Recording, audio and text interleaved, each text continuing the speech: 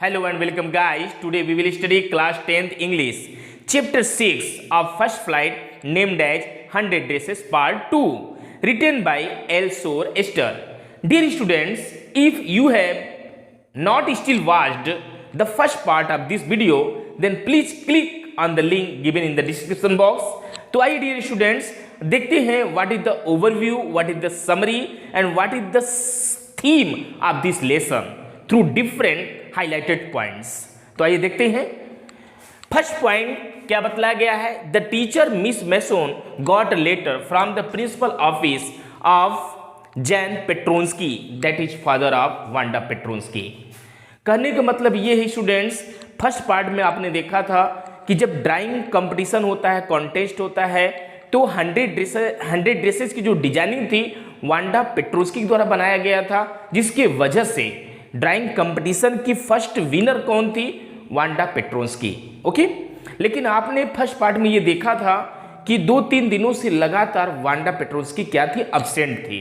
यहां तक कि जिस दिन रिजल्ट डिक्लेयर हुआ उस दिन वह फर्स्ट प्राइज लेने भी नहीं आई, वह अब्सेंट थी। आखिर क्यों अब्सेंट थी?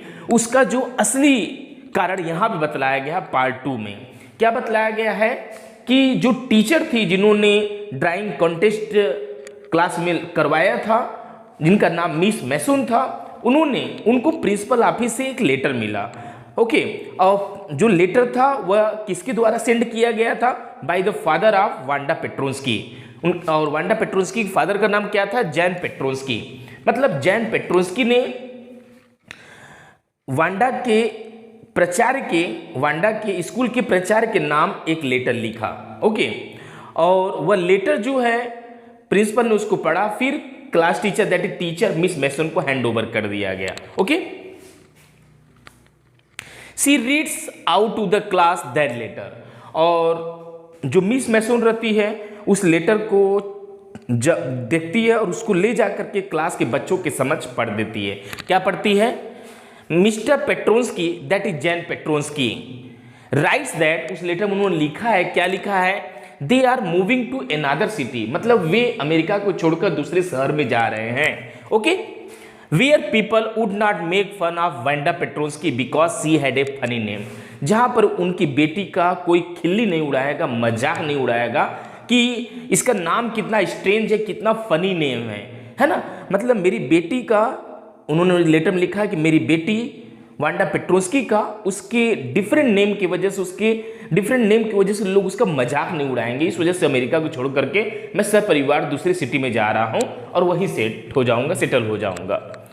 और जब सारे बच्चों ने इस बात को सुना कि वांडा पेट्रोन्स्की जो कि अद्भुत थी, इंटेलिजेंट थी और फर्स्ट विनर थी ड्राइंग कॉन्टेस्ट की, वह इस सिटी को छोड़ के ही चली जा रही, तो सारे बच्चे क्या हो गए? क्लास के शॉक हो गए and feel sorry listening to the letter. और लेटर को सुनने के बाद, लेटर में जो मैटर लिखा हो तो उसको सुनने के बाद वह खुद में पश्चाताप कर रहे थे, सॉरी महसूस कर रहे थे, क्योंकि जनरली जो है बच्चे लोग क्या करते, उसको चिढ़ाया करते थे, है ना, उसको बार बार चिढ़ाया करते थे। तो आज उनको गिल्टी फील हो रहा था कि हम जो किए वो गलत था। ओके, मैडी, देखिए सबसे ज्यादा डिस्टर्ब कौन हुई? मैडी, क्योंकि मैडी के बारे में मैंने आपको बतलाया था, मैडी बुरी बच्ची नहीं थी, लेकिन वह क्या करती? पेगी के साथ रहा करती थी और पेगी के दया दृष्टि पर वह निर्भर थी। मतलब पेगी अपने कपड़े उसको दिया करती थी, खाने पीने की चीजें भी दिया करती थी। वह चाहती थी कि पेगी को समझाए, विरोध करे, लेकिन वो प्रॉपर करेज नहीं जुटा पा रही थी। ओके, जिसकी वजह से Maddy is very upset, Maddy जो है बहुत अपसेट हो जाती है कि वांडा पेट्रोन्स्की, हम लोग उसका मजाक उड़ाते थे और वो बेचारी छोड़ के चली गई, स्कूल को, शहर को ही छोड़ के चली गई। And regrets to have sided with Peggy making fun of Wanda Petronski, और उसको इस बात का भी रिग्रेट होता है, पश्चाताप होता है कि मैंने पेगी का साथ क्यों दिया। यदि मैं पेगी का साथ नहीं दी होती तो शायद वो इतना हर्टेड नहीं होती और सपरिवार सिटी को छोड़ के नहीं जाती, स्कूल छोड़ के नहीं जाती। She decides not to stand anybody's making fun of another, मतलब वो डिसाइड कर लेती कि आज के बाद मैं किसी व्यक्ति का मजाक नहीं उड़ाऊंगी।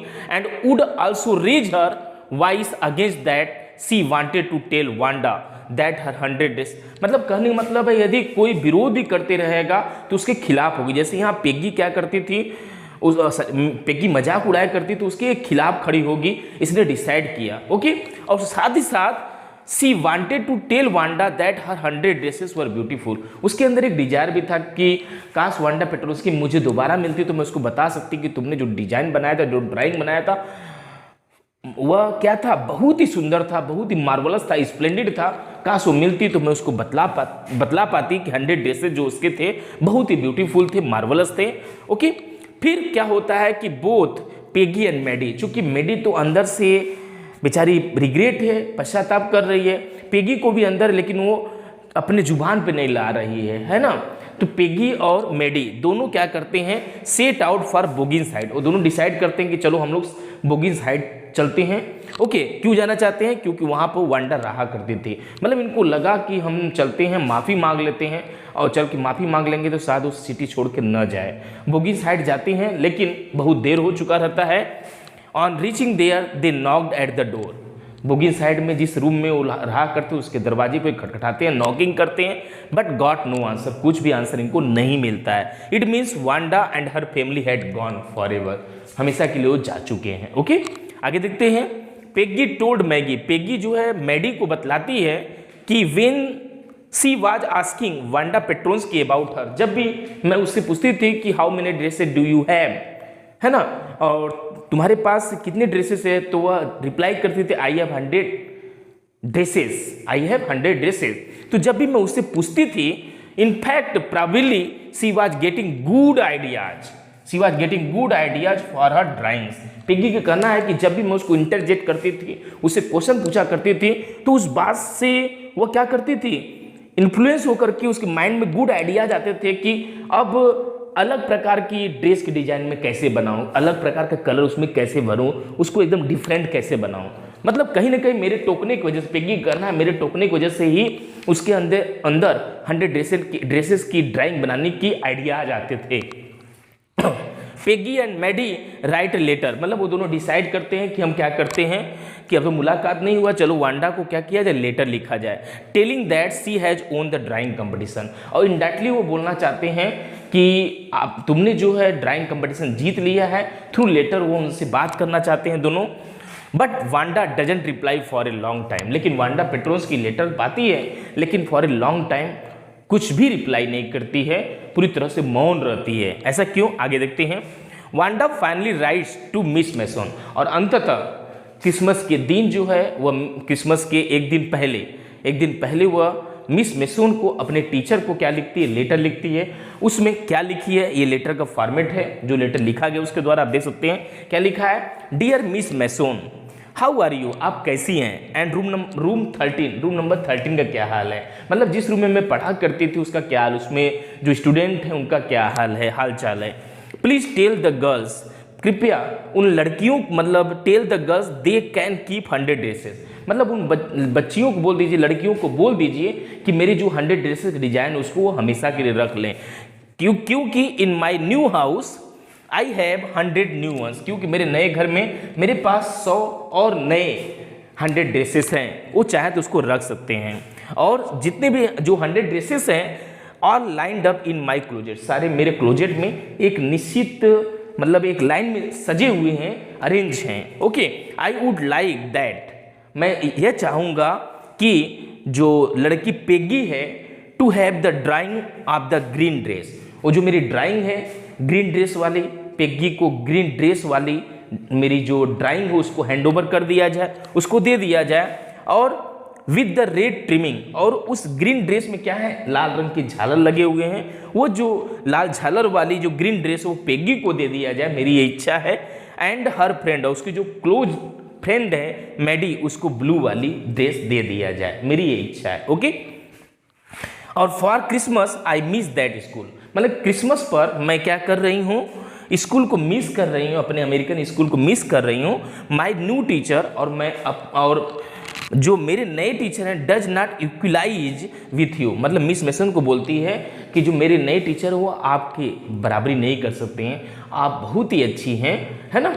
और मेरी क्रिसमस टू यू, मैडम आपको मेरी क्रिसमस और साथ ही साथ एवरीबॉडी ऑफ द स्कूल मेरी क्रिसमस। ओके, और उसके बाद देखते हैं मेडी क्राइज फॉर हर बिहेवियर। मतलब अब मेडी को और भी क्या लगने लगता है, बुरा लगने लगता है, अंदर से वो गिल्टी फील करने लगती है, रिग्रेट फील करने लगती है और रोने लगती है।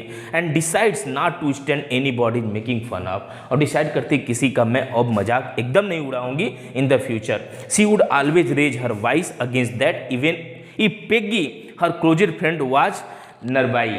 मतलब पेगी जैसे क्लोजर फ्रेंड भी यदि उसके सामने किसी का मजाक उड़ाती रहेगी तो मैं उसका विरोध करूंगी, उसके खिलाफ खड़ी हो जाऊंगी और न ही मैं किसी का मजाक उड़ाऊंगी और न किसी का मजाक उड़ाने दूंगी। और वह रिग्रेट होकर के रो रही थी। तो उस समय क्या हुआ, पेगी कंसोल्स हर, पेगी उसको समझाती है दैट वांडा लाइक्ड देम, कि वांडा जो है उन्हें पसंद करती थी, मतलब पेगी और मेडी दोनों पसंद करती थी, इस वजह से तुम दुखी मत हो, है ना, वो अंततः हमको पसंद करती है, डोंट बी वरीड। ओके, तो डियर स्टूडेंट, इस तरह से आपने देखा कि शॉर्ट एंड स्वीट जो है इसका समरी है, वो ओवरव्यू है। आई थिंक आपको ये वीडियो अच्छा लगा होगा, इसको ज़्यादा लाइक करिए, शेयर करिए, सब्सक्राइब करिए। Okay bye, thanks for watching.